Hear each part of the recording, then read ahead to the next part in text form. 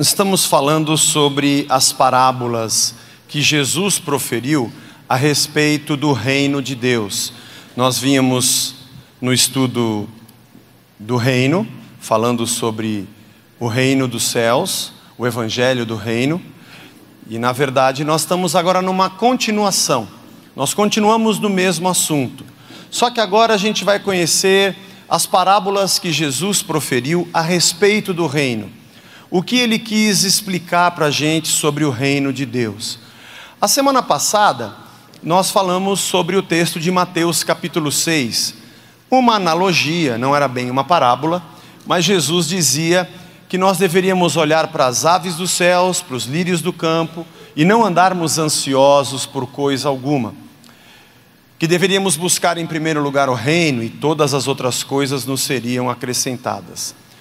Mateus, no capítulo 13, contém várias parábolas de Jesus a respeito do reino de Deus. E também em Lucas nós vamos encontrar, em Marcos. E até o final do mês de novembro, nós vamos, nesses domingos, falar sobre as parábolas de Jesus a respeito do reino de Deus. Hoje é a parábola do trigo e do joio. Mateus 13, a partir do verso 24. Jesus contou outra parábola. Ele disse ao povo: o reino do céu é como um homem que semeou sementes boas nas suas terras. Certa noite, quando todos estavam dormindo, veio um inimigo e semeou no meio do trigo uma erva ruim, chamada joio, e depois foi embora. Quando as plantas cresceram e se formaram as espigas, o joio apareceu. Aí os empregados do dono das terras chegaram e disseram: patrão, o senhor semeou sementes boas nas suas terras, de onde será que veio esse joio? Foi algum inimigo que fez isso, respondeu ele. E eles perguntaram: o senhor quer que a gente arranque o joio? Não, respondeu ele, porque quando vocês forem tirar o joio, poderão arrancar também o trigo. Deixem o trigo e o joio crescerem juntos até o tempo da colheita. Então eu direi aos trabalhadores que vão fazer a colheita: arranquem primeiro o joio e amarrem em feixes para ser queimado. Depois colham o trigo e ponham no meu depósito. Um pouco mais à frente, Jesus explica essa parábola a partir do verso 36. Ele diz: então Jesus deixou a multidão e voltou para casa. Os discípulos chegaram perto dele e perguntaram: conte para nós o que quer dizer a parábola do joio. E Jesus respondeu: quem semeia sementes boas é o Filho do Homem. O terreno é um mundo, as sementes boas são as pessoas que pertencem ao reino, e o joio as que pertencem ao maligno.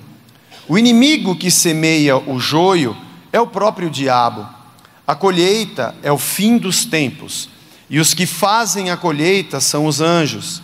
Assim como o joio é ajuntado e jogado no fogo, assim também será no fim dos tempos. O Filho do Homem mandará os seus anjos, e eles ajuntarão e tirarão do seu reino todos os que fazem com que os outros pequem, e também todos os que praticam o mal. Depois os anjos jogarão essas pessoas na fornalha de fogo, onde vão chorar e ranger os dentes de desespero. Então o povo de Deus brilhará como o sol no reino do seu Pai. Se vocês têm ouvidos para ouvir, então ouçam. Uma parábola dura de se ouvir. Jesus estava falando sobre aquilo que o Filho do Homem semeia na terra. Semana passada nós falamos sobre o texto de João, capítulo 12. Se a semente cai e fica só, ela não produz nada, mas se ela morre, produz muito fruto. Jesus falava sobre Ele próprio. Falamos também semana passada sobre a parábola do semeador, e que Jesus dizia: a palavra é semeada, e aquela que cai num bom terreno, que é o coração do homem, produz a 30, a 60 e a 100 por um. Nós somos gente que produz frutos dignos do reino, dignos da obra que foi feita em cada um de nós e por cada um de nós. Frutos que são dignos daqueles que têm a presença do Espírito de Deus dentro de si. Gente que teve a semente do reino florescendo dentro de si. Deus enviou o seu Filho para que a nossa vida fosse transformada a partir do nosso ser, no mais íntimo da nossa essência de vida, transformação do nosso caráter, transformando o homem na habitação do seu espírito. O mundo vê a glória de Deus quando percebe a presença de Deus na vida de cada ser humano que crê no seu nome. Ele disse aos seus discípulos: vocês vão ser conhecidos pelo amor que vocês têm dentro de si, pela maneira que vocês vivem, pelo convívio, pela coisa que vocês mostram a cada dia nas atitudes. Nós sabemos que muita gente procura o reino para saber o que o reino pode fazer com esse meu entorno. Isso aqui está ruim, aquilo ali está quebrado, aquele negócio não funciona, aqui eu estou sem dinheiro. O que o reino pode fazer por mim nesse meu entorno? Muitas pessoas procuram a Deus, a Jesus, uma igreja, sem saber exatamente o que significa o reino de Deus, mas a busca é por aquilo que me cerca. Mas o grande encontro que temos com o Rei, que reina e que tem um reino, é o encontro com aquele que quer transformar o que há dentro de nós. Por isso, o símbolo da tua espiritualidade não são as conquistas e as coisas que você traz na tua mão para apresentar, mas é o reino vivo dentro de você, é o reino visível nas nossas relações e entre nós. A maior evidência de que o Espírito Santo está em alguém não são os milagres que essa pessoa vive e nem os que ela pensa que produz, porque milagres e atos sobrenaturais não são fruto de homens, são ações de Deus. Milagre não é sinal de que aquela pessoa é de Deus, milagre é sinal de que Deus fez o milagre, porque Deus é Deus. O sinal de que alguém realmente pertence a Deus é o fruto do Espírito dentro daquela pessoa, é o seu caráter, é a sua mente renovada, é o seu pensamento transformado, é tudo que ela apresenta de transformação. Um milagre Deus pode fazer até no meio de gente que aparentemente não frequenta a igreja ou não professa uma fé cristã, porque Deus é Deus. Mas o fruto do Espírito só pode ser encontrado naqueles que fizeram do seu coração uma terra fértil, para que Deus os transforme, para que Deus faça o seu querer e a sua vontade. Abrindo um parênteses, de quarta-feira o nosso estudo é sobre oração. E quarta-feira passada nosso estudo foi sobre a oração de Paulo, que disse por 3 vezes: tira o espinho da minha carne, e Deus respondeu: a minha graça te basta. A próxima quarta-feira é a oração de Jesus: passa de mim esse cálice, contudo seja feita a tua vontade. É o tema da próxima quarta-feira. Que tipo de gente é essa que tem dentro de si um desejo, dentro de si uma vontade, mas ao encontrar-se com Deus, diz: Senhor, eu quero que dentro de mim tenha a sua vontade. Essa é a terra fértil que o Senhor quer encontrar em nós. A parábola diz que o trigo e o joio são iguais. Visivelmente, quando crescem, são parecidos. Até quando a espiga começa a se formar, não dá para diferenciar. A diferença entre ambos só se dá mesmo no momento da colheita, em que se percebe o que é trigo e o que é joio. Aqueles trabalhadores na parábola de Jesus estavam preocupados em dizer: quer que arranca? Parece que tem joio no meio, coisa que a gente não semeou. E ele disse: não. No reino de Deus é assim que as coisas são. Eles vão crescer juntos. E na hora da colheita é que vai dar para a gente perceber. E eu achei algumas coisas interessantes que acho que você também achou. Aliás, a pregação de hoje é bastante óbvia. O filho do homem semeia, e o maligno também semeia. Tem 2 tipos de semente que a gente recebe. Nesse mundo que a gente vive, a gente recebe semente de tudo quanto é lugar. O maligno também semeia. Nosso coração também é terra fértil para coisas que não deveria ser. E é interessante como a gente guerreia contra aquelas que vêm de Deus.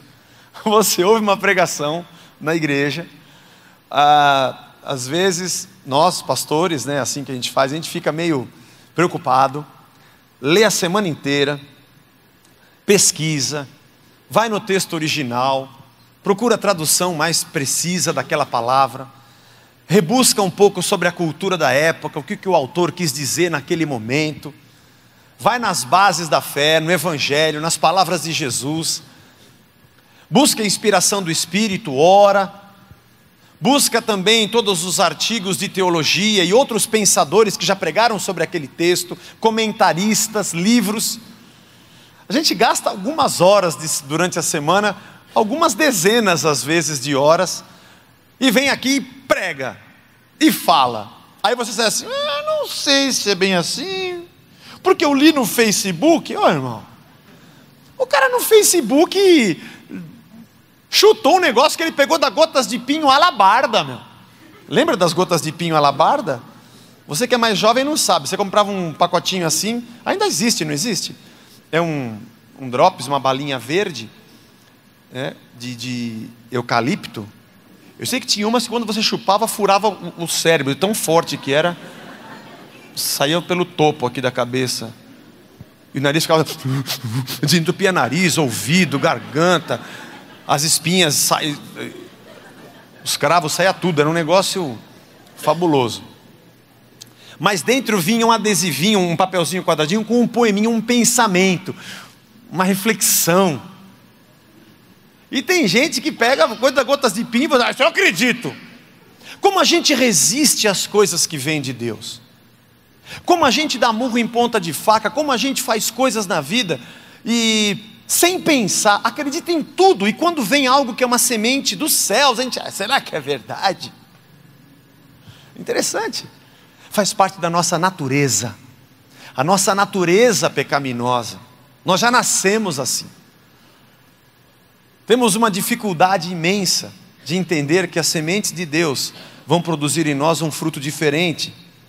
O mundo é a terra, diz a parábola de Jesus, e o Filho do Homem semeia a boa semente, e o maligno também semeia a sua semente. O alvo é o mundo. Nossos corações estão em disputa. Lá vem semente de todos os lados e você é a terra. Olha que interessante o texto de Tiago, capítulo 1, verso 13. Quando alguém for tentado, não diga, essa tentação vem de Deus. Pois Deus não pode ser tentado pelo mal e Ele mesmo não tenta a ninguém. Mas as pessoas são tentadas quando são atraídas e enganadas pelos seus próprios maus desejos. Então esses desejos fazem com que o pecado nasça. E o pecado, quando já está maduro, produz a morte. Que interessante. O que é a tentação? A tentação é o inimigo balançando na tua frente, ó.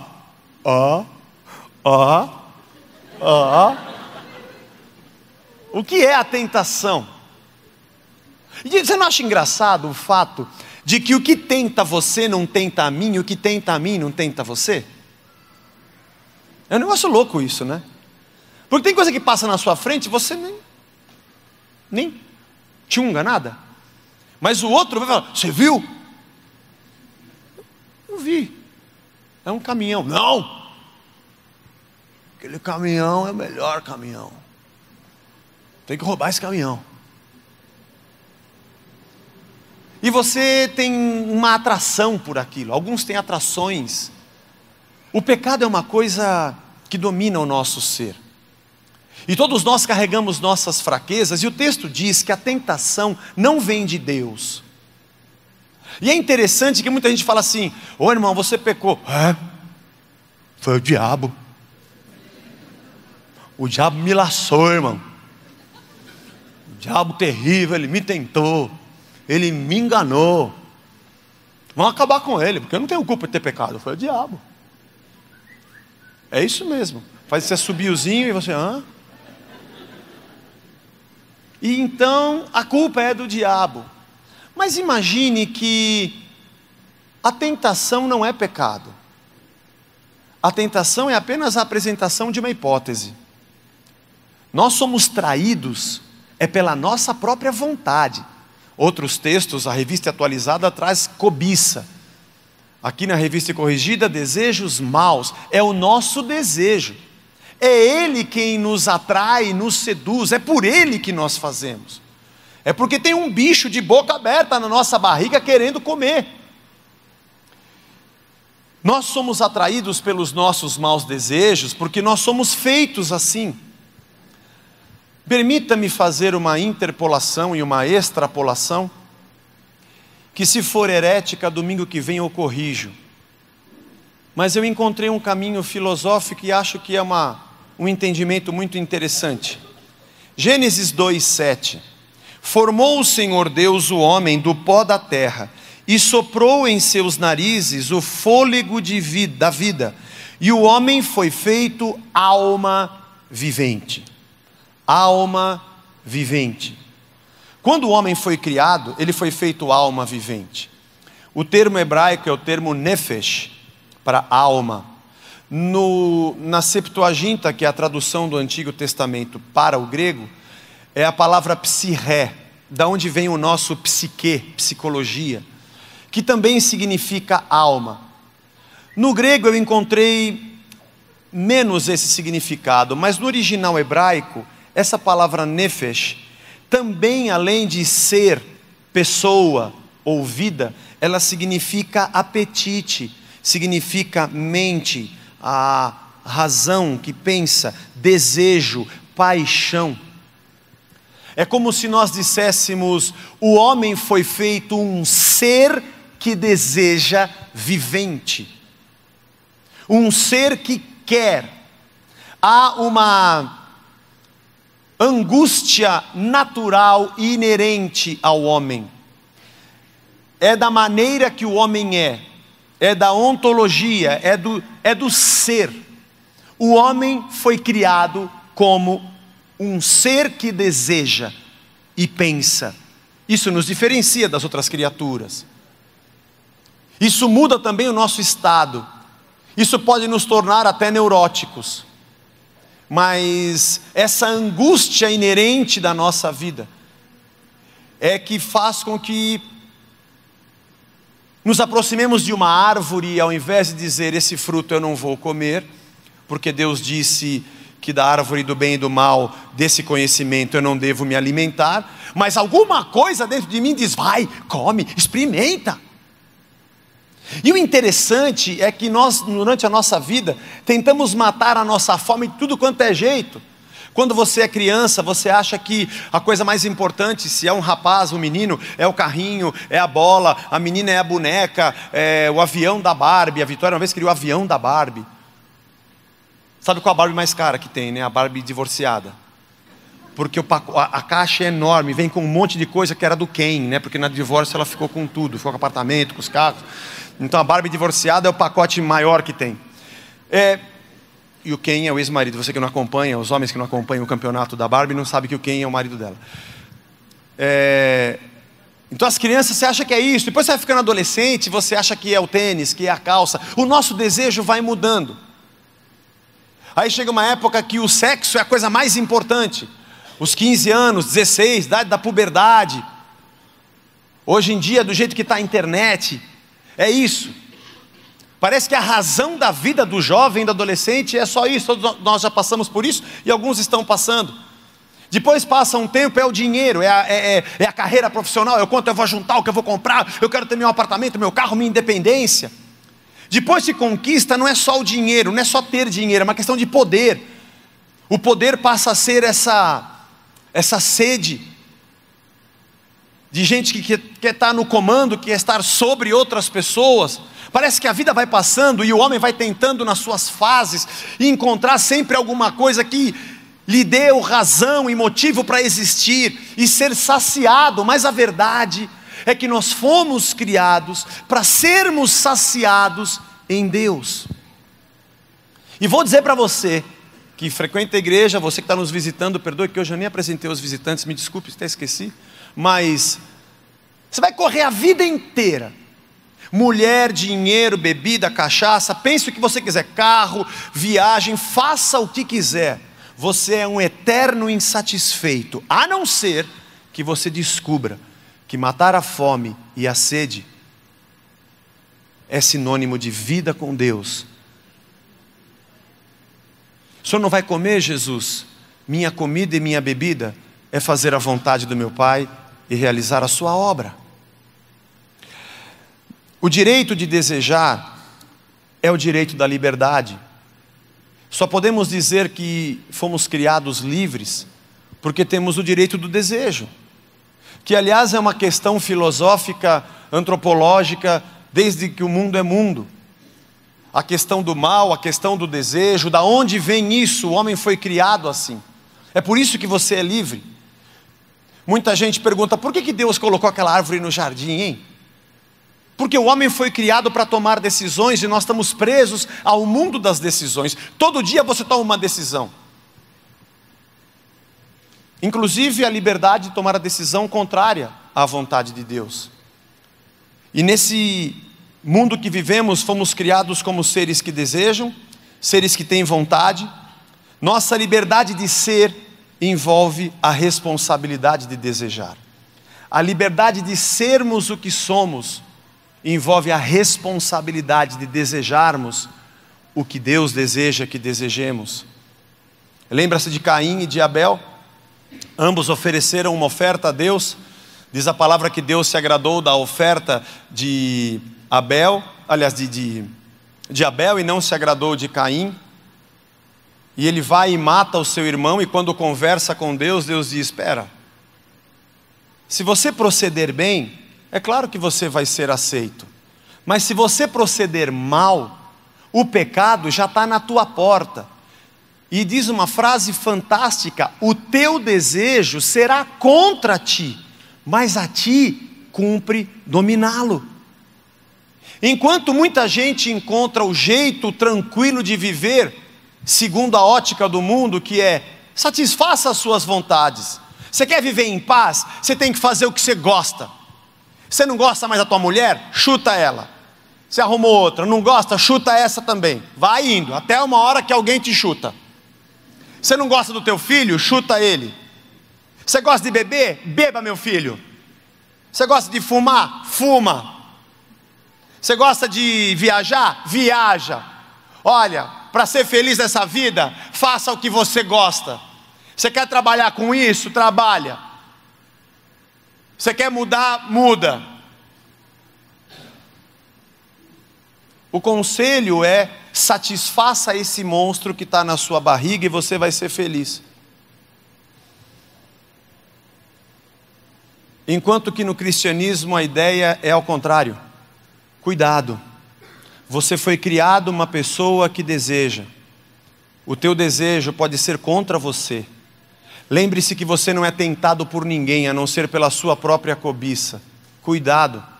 A liberdade de ser envolve a responsabilidade de desejar. Cuidado. Cuidado porque tem semente sendo semeada na terra. Tem semente de trigo e tem semente de joio. Cuidado com o que você vai pôr para dentro.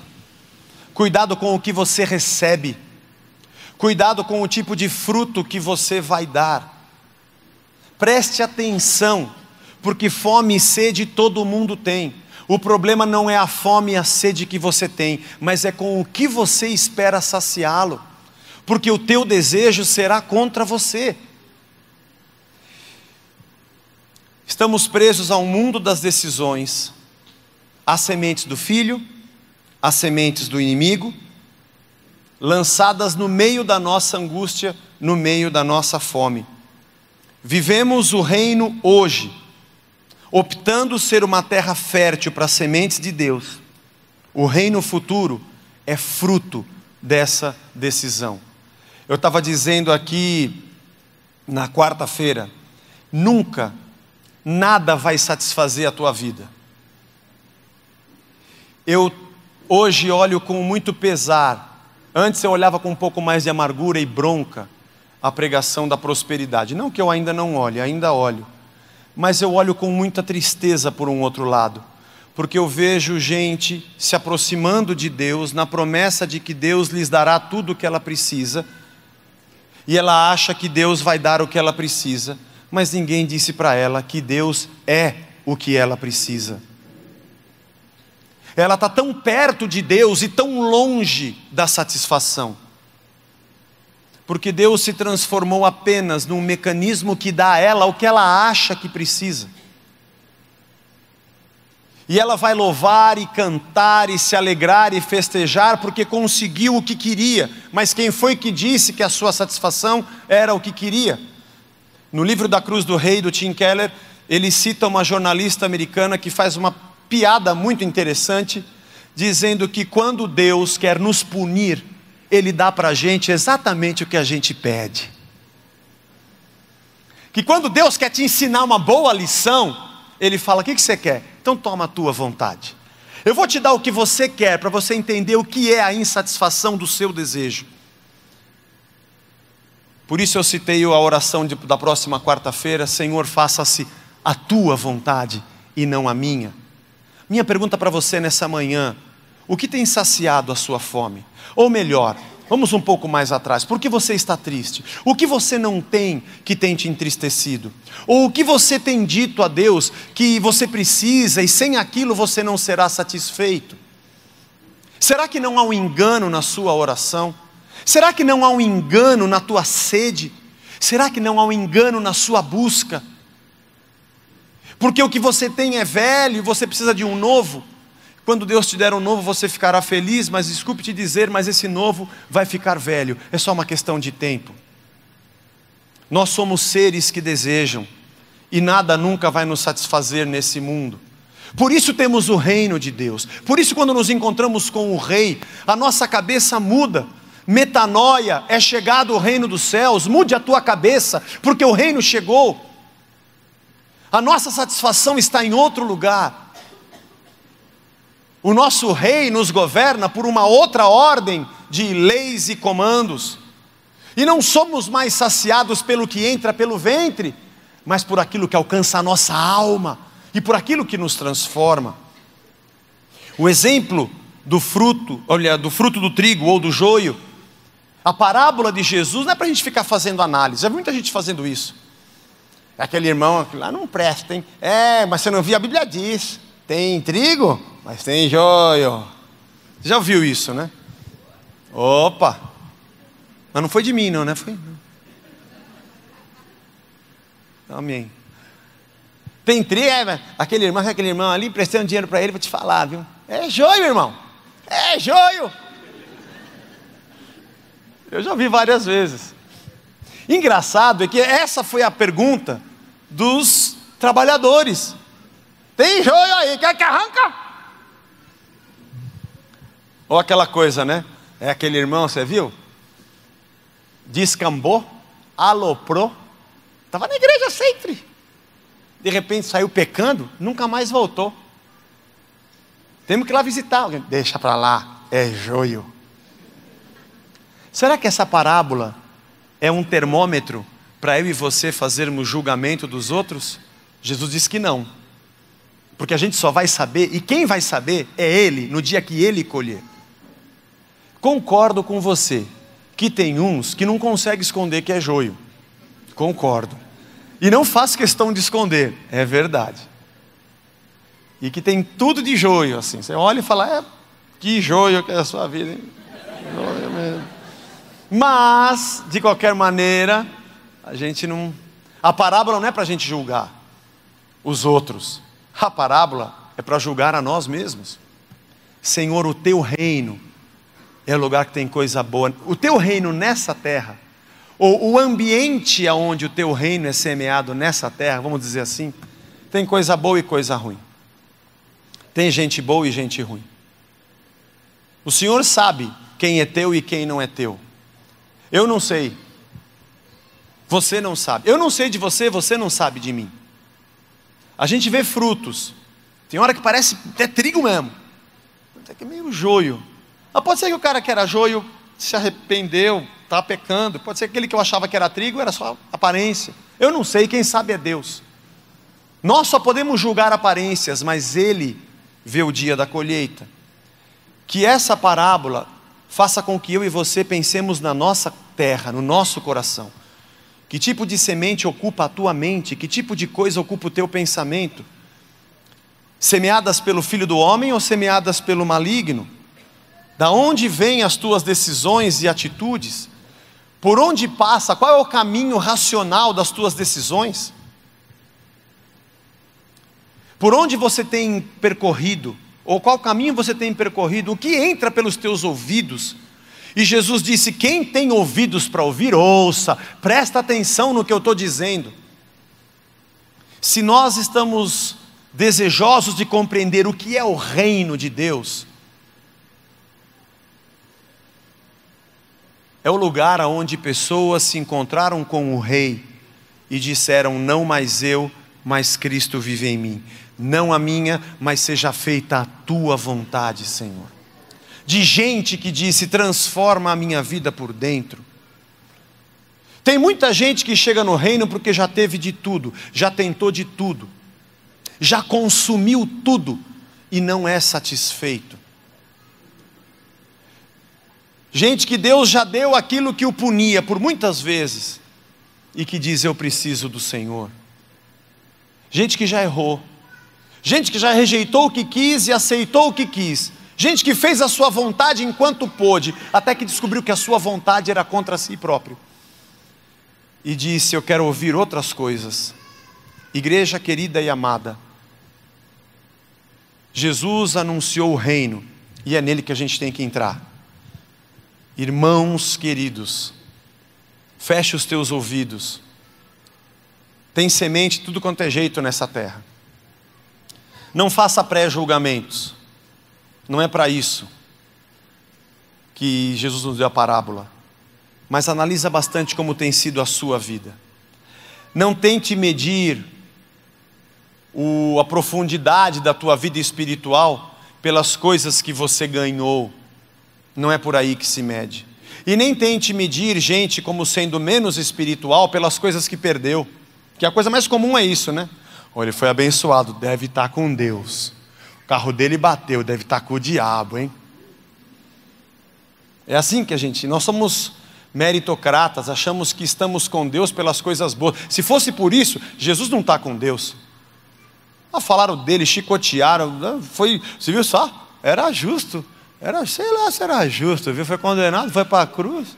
Deve ser gente que conheça que te compra, não deve ser não. É assim. E Paulo? Chicoteado, em naufrágios, preso, picado por cobra, perseguido, descido na cidade de Damasco por um cesto, vivia correndo e tomando paulada, tudo quanto era cidade que passava e pregava. Quem olhasse para ele, esse cara não deve ter Deus não está com ele não prospera. Eu gostaria muito que um pregador da prosperidade fosse lá para o Haiti e ficasse de pé pregando para ver se alguém ia sair daquela condição. Fosse para o meio da África, onde há fome, gente come terra com água, para profetizar lá. Espírito Santo não age por boca de gente vazia. Espírito Santo enche gente que quer a semente de Deus, e essas pessoas são agentes de transformação. Deus faz milagres, eu creio, mas o maior deles é transformar a minha vida, porque nós somos resistentes às sementes que vêm de Deus. O que eu quero que você compreenda é que nós precisamos ser trigo, ouvir a voz de Deus e como igreja dizer: Senhor, perdoa o nosso coração, que a gente ouve cada coisa e passa cada uma na nossa cabeça, mas me perdoa e me ajuda, porque eu quero a partir de hoje viver contigo, eu quero andar com o Senhor. Amém? O reino de Deus é como um homem que semeia a boa semente, e o inimigo vem de noite e semeia o joio. Nossa vida é assim. Você está aqui hoje, um monte de semente, você sai daqui, o inimigo vai e semeia outras. Que nós possamos ser seres responsáveis no seu desejo, que o nosso desejo não seja contra nós, porque nós desejamos o de Deus, e andemos no ritmo, no vento que sopra o sopro de Deus.